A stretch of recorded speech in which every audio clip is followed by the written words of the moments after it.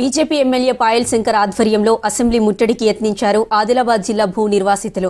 Assembly ముట్టడికి వెళ్తున్న రైతులను బషీర్బాగ్ నిజాం కాలేజ్ దగ్గర అరెస్టు చేశారు పోలీసులు. ఎమ్మెల్యే పాయల్ శంకర్ తో పాటు రైతులను పోలీస్ స్టేషన్లకు తరలించారు. ఆదిలాబాద్ జిల్లాలో ఉన్న ప్రాజెక్టు కింద భూములను కోల్పోయిన భూ నిర్వాసితులకు న్యాయం చేయాలన్న డిమాండ్తో అసెంబ్లీ ముట్టడికి యత్నించారు రైతులు. కొరాట చనాకా ప్రాజెక్టును పూర్తి చేయాలని డిమాండ్ చేశారు పాయల్ శంకర్. భూములు కోల్పోయిన వారికి పరిహారం చెల్లించాలన్నారు.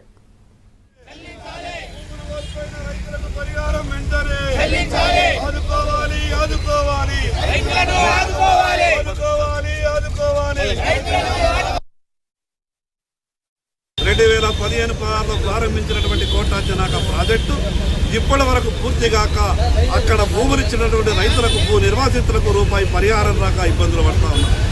ఈరోజు కోటా చనాక ప్రాజెక్టు కింద ఉన్నటువంటి పిప్పలగుట్టి గ్రామ రైతులు అక్కడ 1200 ఎకరాల భూమి ఇస్తే కేవలం 200 ఎకరాలకు మాత్రమే పరిహారం చెల్లించారు. మిగతా భూమికి పరిహారం రాలేదు. ఆదిలాబాద్లో ఎన్నిసార్లు విజ్ఞాపన పత్రాలు ఇచ్చినా దరఖాస్తులు ఇచ్చినా ఎవరు పట్టించుకోలేదు. రాష్ట్ర రాజధానికి తమ బాధ చెప్పుకుందామని ఆదిలాబాద్ నుంచి నడుచుకుంటూ హైదరాబాద్ రాష్ట్ర రాజధానికి రైతులు వస్తే ఆ రైతులను ఈరోజు పోలీసులతో ప్రభుత్వం అరెస్ట్ చేయించింది. ఈ రాష్ట్ర ముఖ్యమంత్రి గారిని కలిసి బాధ చెప్పుకుందామని, ఈ రాష్ట్ర ఇరిగేషన్ శాఖ మంత్రి కలిసి పరిహారం అడుగుదామని రైతులు కలవడానికి వస్తే ప్రభుత్వం ఈ రకంగా పోలీసులను అడ్డం పెట్టుకుని అరెస్ట్ చేసింది. కాంట్రాక్టర్లకు బిల్లులు చెల్లించడానికి వేల కోట్ల రూపాయలు ఖజానాలు ఉంటాయి, కానీ రైతులకు పరిహారం ఇవ్వడానికి మాత్రం వీళ్ళకు మనసు ఒప్పుతలేదు.